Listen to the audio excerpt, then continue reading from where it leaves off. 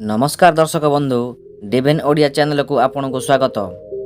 आज आम यही भिडियो रे धला मूषा मान संबंध में एमती किसी तथ्य जानिबा जहाँ को जानला परे आपण मध्य धला मूषा पालन करिया पई आग्रह परिप्रकाश करिवे।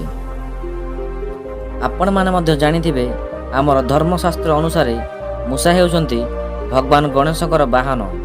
एथि पई मूषा मान को शुभ बोली विवेचना करा जाए। आम देश भारत में मूषा मान नाम एक मंदिर रही जहाँ राजस्थान करणी माता मंदिर नाम अधिष्ठित। एठारे प्रायतः 20 ରୁ 25 हजार मूषा बसवास करिथांती। एमितिरे भी आजिकाली लोक माने घरे पशुपक्षी पालन करिया को बहुत पसंद करुछंती। जेमिति कि कुकुर बिलाई पालन रे लोक मानकर अनेकांशरे लाभ होइथाए, सेमिति मध्य धला मूषा पालन रे मध्य अनेक लाभ होइथाए। सेथिपाई लोक माने धला मूषा पालन करिया को बहुत पसंद करुछंती, काहेकि ना एमाने कला मूषा मानक परि नुहंती। आसंतु जानिबा धला मूषा पालन रे हमर कौन कौन लाभ होइथाए। जदि आपण घरे धला मूषा पालन करुछंती आपणक घर बहुत सुंदर लागिबो। एमानकर लाल आखि देखिया को खूब आकर्षणीय और एहा सहित एमानकर लांज और लंबा शरीर आखि को बहुत मात्रा रे मंत्रमुग्ध करिथाए।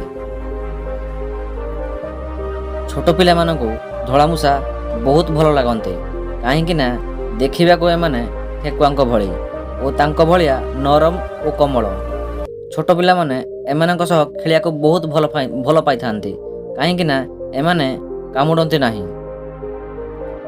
जदि आपण कोनोसी कारणरू चिंताग्रस्त होइथांती एमानकु देखिया खेणी आपणक मनरे एक सकारात्मक ऊर्जा आसी थाए। एमाने बहुत बुद्धिमान। आपण जदि एमानकु किछि किछि नुआ जिंस शिखाइबे एमाने शिखि पारिबे। सेथिपाई वैज्ञानिक माने गवेषणा रे एमानकर प्रयोग करिथांती।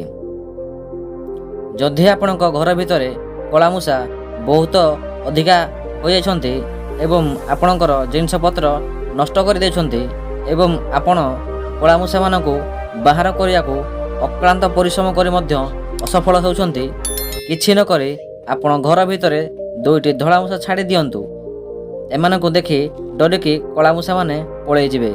रामबाण परी धला मूषा मान आपणक कार्य रे आसीबे। किछि ज्योतिर्विदक कहवा अनुसार जदि आपण धला मूषा घरे रखुछंती घरे रहितिबा नकारात्मक ऊर्जा दूर होइथाए और सकारात्मक ऊर्जा वृद्धि पाइथाए और अटकी पड़िथिबा बहु गुरुत्वपूर्ण कार्य संपन्न होइथाए। साधारणतः एमाने यथा रुटी, भात, मुढ़ी, बिस्किट, सेव, केक, पाउरुटी, कमलिया घास, धान, आलू मुख्यतः खाइथांती। किंतु एमानकर लड्डू सबुठु प्रिय भोजन अटे। किंतु भूल रे भी एमानकु केबे आमिष जिनिस भोजन करिया को देबे नाही। जदि थरे एमानक पाटिरे आमिष जिनिस बाजिगला तापरे एमाने आउ शाकाहारी जिनिस खाइया भूली जिवे। तेणु भूल रे भी एमानकु माछ, मांस, अंडा भक्षण करिया को देबे नाही। आम मनुष्य मानक परी मूषा माने मध्य पानी पीथांती। एमानक शरीर को पानीर आवश्यक पड़ी थाए, किंतु एमाने बहुत कम पानी पीथांती, काहेकि ना एमानकु भोजनरू शरीर को पानी मिली जाय थाए। एमाने बिना पानी पी बहुत दिन पर्यंत जीवित रही पारिबे। एही मामला रे एमाने ओटक भी पछरे पकाई देबे। एमानकु सप्ताह को कम से कम थरे गाधोई देबे। आउ हाँ, गाधोई सारला परे खरारे किंबा कपड़ा रे पोछि देबे। जदि आपण न गाधाइबे एमानक शरीर दुर्गंध जात हेबो। गाधोइबा फल एमानक शरीर थिबा किछि लोम झड़ी जिवो और आपणक घर मध्य परिष्कार परिच्छन्न रहिबो। और गाधोइबा फल एमानक शरीर आहुरी चिक्कण और आकर्षणीय देखा जिवो।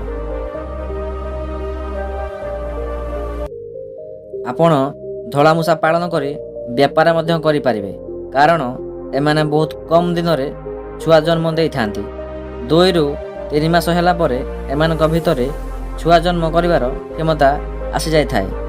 ଓ ଏମାନଙ୍କର ଗର୍ଭଧାରଣ ସମୟ ସୀମା ହେଉଛି 20 ରୁ 25 ଦିନ।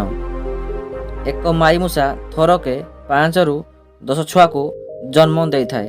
ବେଳେବେଳେ ଏହା 12 ରୁ 14 ଛୁଆକୁ ମଧ୍ୟ ଜନ୍ମ ଦେଇଥାନ୍ତି।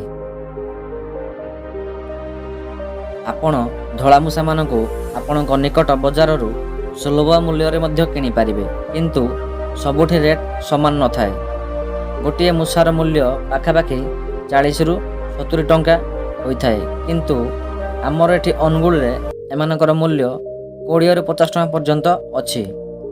କିନ୍ତୁ ଆପଣ ଯଦି ଚାହିଁବେ ଅନଲାଇନ୍ରୁ ମଧ୍ୟ କିଣିପାରିବେ। ଇଣ୍ଡିଆ ମାର୍ଟ ୱେବସାଇଟ୍ରୁ ଆପଣ ମଧ୍ୟ ଘରେ ବସି କିଣିପାରିବେ, କିନ୍ତୁ ଏଥିରେ ଟିକେ ଅଧିକ ମୂଲ୍ୟରେ ଆପଣଙ୍କୁ କିଣିବାକୁ ପଡ଼ିବ। ଦର୍ଶକ ବନ୍ଧୁ, ଯଦି ଆପଣଙ୍କୁ ଆମର ଏହି ଭିଡ଼ିଓଟି ଭଲ ଲାଗିଥାଏ ତେବେ ଏବେ ହିଁ ଲାଇକ୍, ସେୟାର, ସବସ୍କ୍ରାଇବ୍ କରିଦିଅନ୍ତୁ, ଯାହାଦ୍ୱାରା ନୂତନ ଭିଡ଼ିଓ ସର୍ବପ୍ରଥମେ ଆପଣ ପାଇପାରିବେ।